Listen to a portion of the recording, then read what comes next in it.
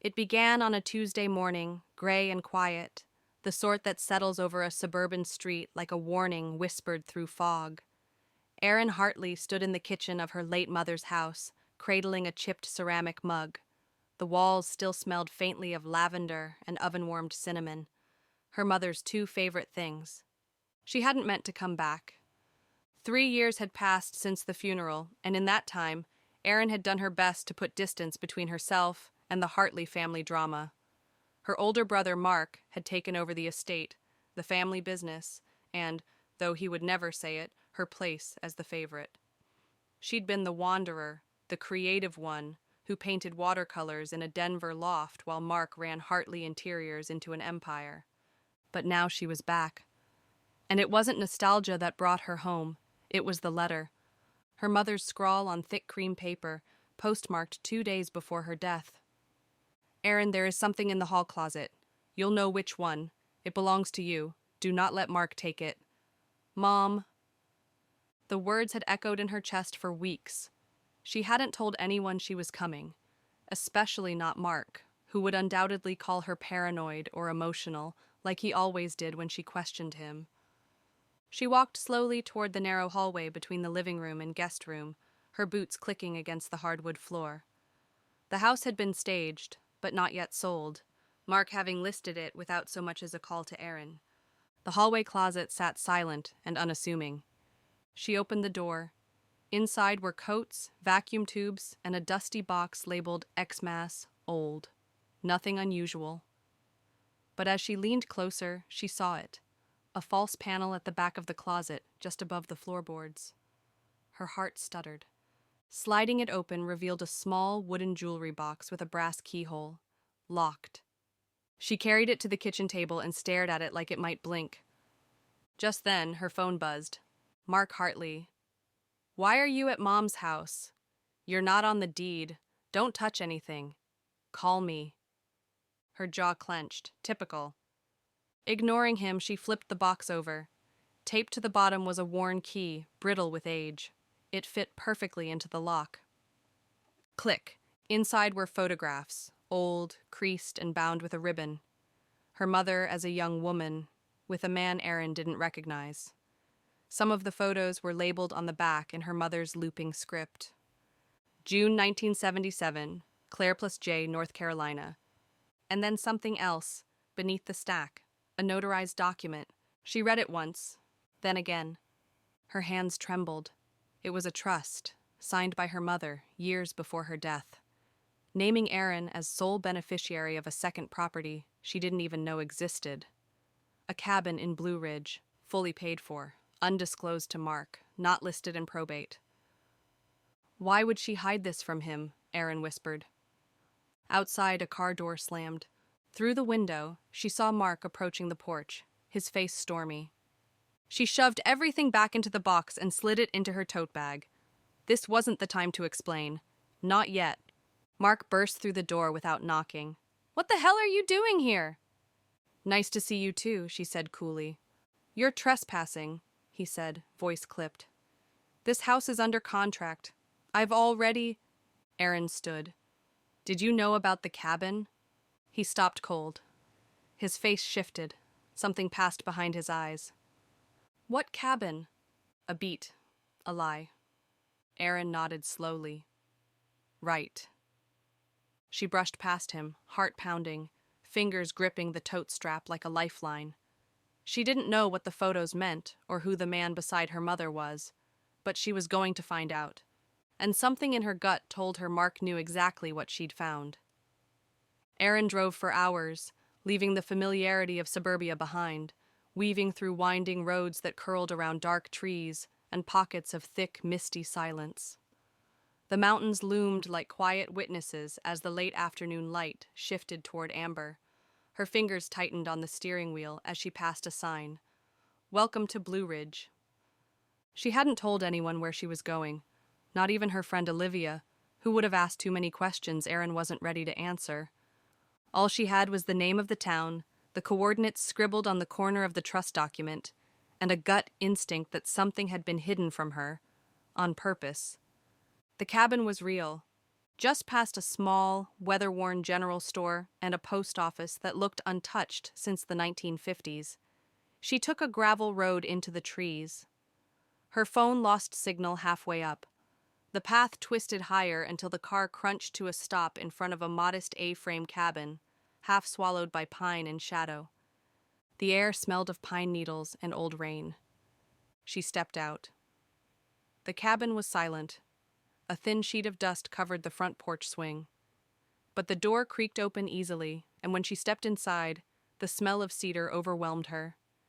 It was like time had been frozen. Everything was intact, like someone had lived here once and simply stepped out for groceries and never returned. Books still lined the small shelf by the window. A faded wool blanket was folded neatly at the foot of the bed. A framed photo sat on the kitchen counter, her mother, younger and radiant, holding a little girl Erin had never seen. She froze. This wasn't her. This wasn't her. Erin picked up the frame. On the back, written faintly in her mother's handwriting, Claire plus Lena, summer 1985. Lena. The name curled around her like ice water. She flipped through the drawers in the small desk beside the bed, her breath uneven.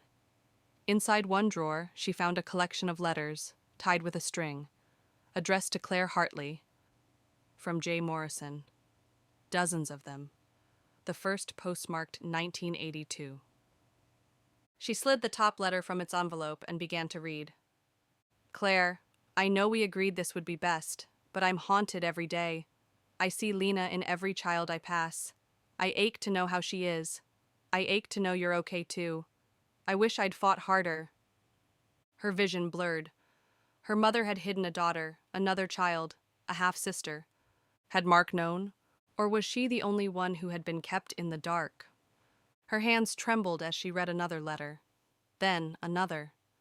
The last one was dated just a month before her mother's death. It was unopened. J. Morrison had written one final time. If you ever tell Erin about Lena, tell her it was never a matter of love. It was a matter of fear. We did what we thought would protect everyone. But the truth always finds a way out, Claire. If she's anything like you, she'll dig until it does. A single name signed beneath, James Morrison. Erin sat down hard on the edge of the couch. Her heart felt too large for her chest. Who was Lena? Where was she now? And why had her mother buried this part of their family in the woods?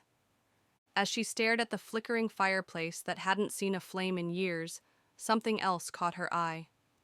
A black notebook wedged into the shelf beside a stack of old novels. She opened it. Inside were sketches, portraits, landscapes, scenes of a girl growing up, a woman aging, a page marked only with a charcoal sketch of a child playing in the river. And on the next page, one single sentence scrawled in the corner in her mother's handwriting. She asked if she had a sister. I didn't answer. A chill spread down Erin's arms. Suddenly, a noise outside, footsteps on gravel. She quickly snapped the notebook shut, heart pounding, and peered through the curtain. A silver SUV had just parked. Mark stepped out. He had followed her. He knew about the cabin after all, and Erin was no longer sure who she could trust. Erin didn't move. She stayed low behind the cabin wall, her breath shallow, ears tuned to the crunch of Mark's boots on the gravel outside. How had he found her? She hadn't left a trace. But Mark had always been 2 steps ahead.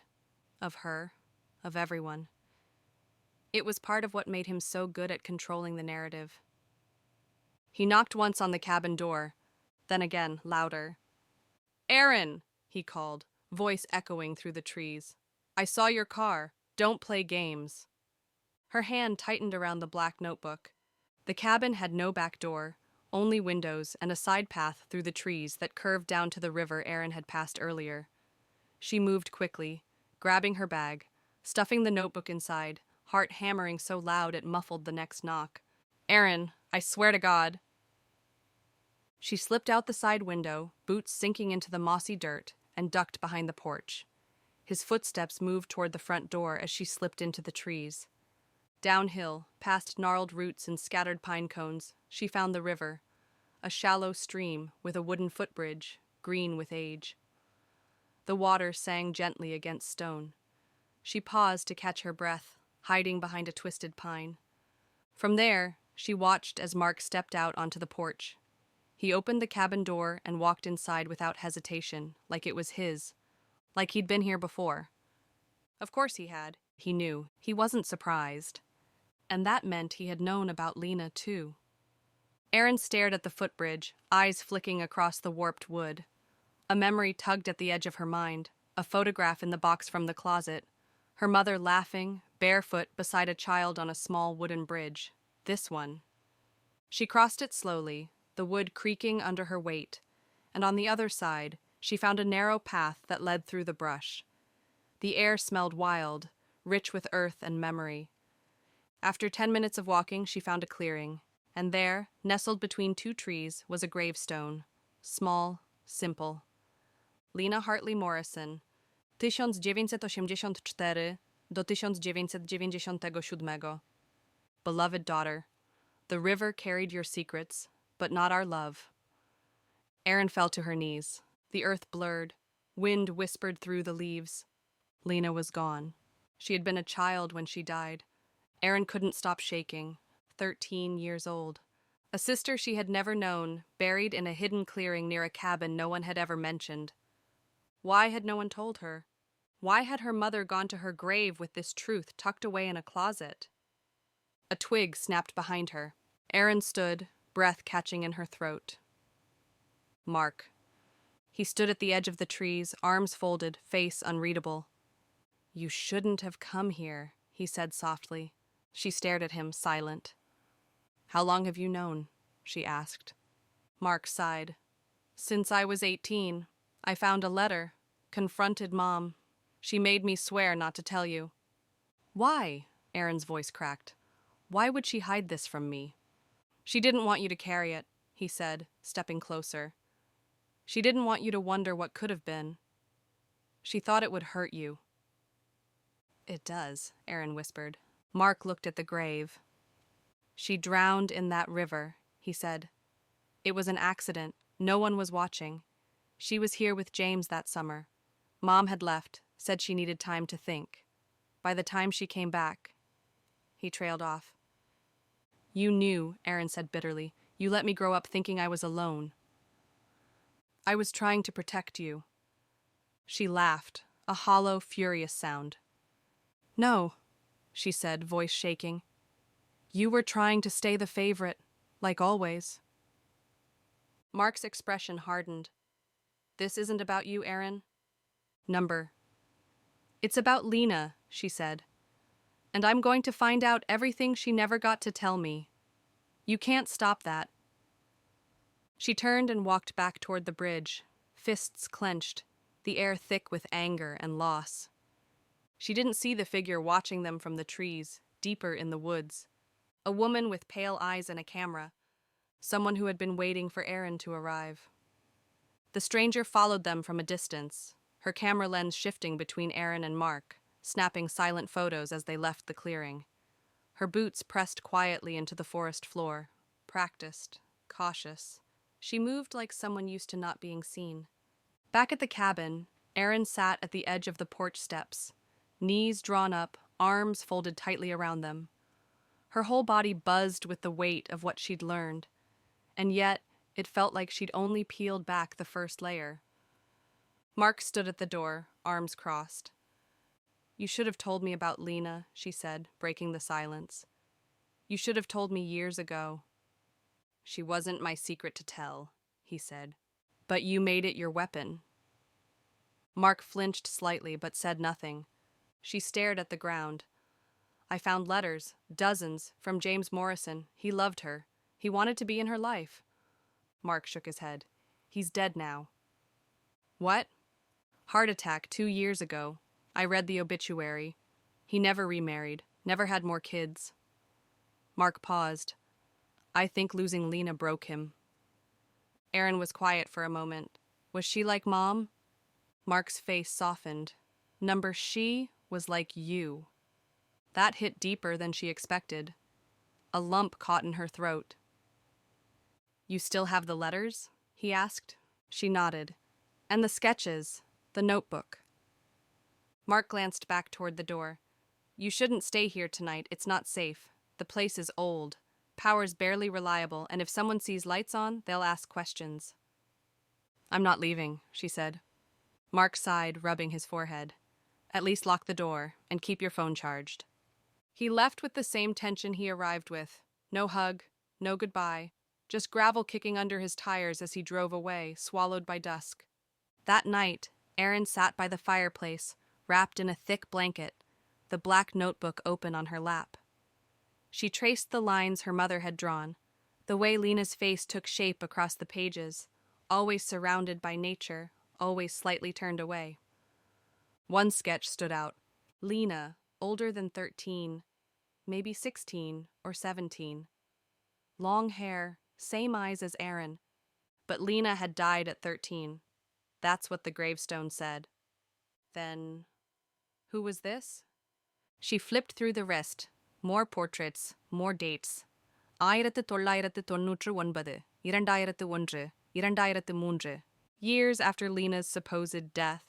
Her breath caught. Her mother had kept drawing her, as if she'd grown up, as if she was still alive. A loud knock shattered the silence. Erin jumped, heart hammering. Another knock, louder. She crept to the door and peered out through the side window. It wasn't Mark. A woman stood there, mid-30s maybe, with pale eyes and dark hair pulled into a braid. She wore a forest green jacket and jeans smeared with dirt. A camera hung from her shoulder. Her hands were raised, not threatening, just still. Erin opened the door a crack. Can I help you? I think we need to talk, the woman said, about Lena Hartley. Erin froze. Who are you? The woman exhaled, something complicated in her face. My name is Rachel. I was her best friend. Erin stepped back. That's not possible. Lena died when she was 13. Rachel shook her head slowly. No, she said. That's what they wanted everyone to believe, but Lena didn't die. She disappeared. The night swallowed the silence between them. And Erin suddenly understood. This story was far from over. Erin stepped back, her hand still gripping the edge of the cabin door. The woman in front of her, Rachel, had the kind of face that looked weathered by truth. The kind you trust instinctively, even when everything inside you is screaming not to. I need you to explain, Erin said. Now. Rachel gave a small nod and stepped inside, gently lowering her camera to the table. She didn't sit, didn't make herself comfortable. She stood near the hearth, like a witness preparing to testify. I used to come here with Lena. Every summer, Rachel began. Our families were complicated. I was homeschooled, she wasn't. But out here, we were just two kids. We fished, drew, talked about getting out of Blue Ridge. She hated how hidden this place was. Then what happened? Erin's voice was hoarse. Rachel looked down. The summer she was 13, we found something. A journal, James's, I think. It had all this stuff in it about her mom, about secrets. There were letters he wrote but never sent. Lena read everything. Then she asked her mom about it and... Erin waited. She vanished 2 days later. They said she drowned, but they never found her body. Not a shoe, not a piece of clothing. The current wasn't strong that week. Everyone in town whispered. Some said she ran. Some said she was taken. Some said Claire sent her away. My mother, Erin said quietly. Rachel nodded. She came back 2 weeks later, alone, and wouldn't talk to anyone. Then the headstone went up in the woods. No funeral, just silence, like Lena had been scrubbed away. Erin blinked hard. But she was just a kid. She wasn't the only one, Rachel said, her voice suddenly trembling. What? Rachel dug into her jacket pocket and pulled out a weathered photo. She handed it to Erin. 2 girls. One was clearly Lena, young, smiling shyly. The other was Rachel, younger too. Behind them stood a woman, older than Erin, younger than Claire. The photo was dated, summer 1998. She was alive, Rachel said. A year after they said she died, I took this myself. She was different, quieter, more careful. She said she'd overheard something she wasn't supposed to. She was scared. Told me if anything happened to her, I should go to the cabin and wait. That one day, someone would come. Erin stared at the photo. You waited this long? Rachel's voice cracked. I've come back every year for 17 years. Silence settled in again, thick as fog. Erin felt the room spinning. Her mother, Mark, the trust, the hidden drawings, none of it made sense anymore. And yet all of it was starting to connect. A child declared dead without a trace, a mother who mourned through art, a brother who kept the truth buried, a hidden truth Erin was never meant to find. What was in the journal Lena found? She asked. I don't know, Rachel said. She never let me read it, but I think she hid it here. Together they began to search. Drawers, floorboards, the attic crawl space, nothing. Then Rachel paused, her hand on the bookshelf. Your mother loved poetry, she said. What if she left a clue? Erin remembered something, a page in the notebook, the one with the sketch of the river. She grabbed it, flipped to the page. There, under the drawing, almost invisible in the charcoal strokes, were faint letters pressed into the paper. Where water runs beneath the pines, behind the place we left our lines. A riddle? Rachel whispered. It's the river, Erin said, breath catching. The old fishing spot. There's a hollow in the rocks behind it. We used to leave tackle there when I was a kid. The two women looked at each other. Rachel smiled, but there was sadness in it. Let's go, she said. Erin grabbed her flashlight. The truth was still out there, buried, waiting. And Lena's voice, silenced for so long, was finally starting to rise. The forest at night was alive with breath. Crickets stitched the air with static. Distant owls called to one another like echoes of something older than memory. Erin and Rachel moved carefully down the winding path from the cabin, the flashlight's beam bouncing ahead in rhythmic, nervous pulses. Erin hadn't spoken since they left. Every step closer to the river felt like threading a needle through her own past, through everything her mother had hidden, everything Mark had smoothed over, everything Lena had once known. Rachel pointed ahead. There! The river's steady voice grew louder as they approached.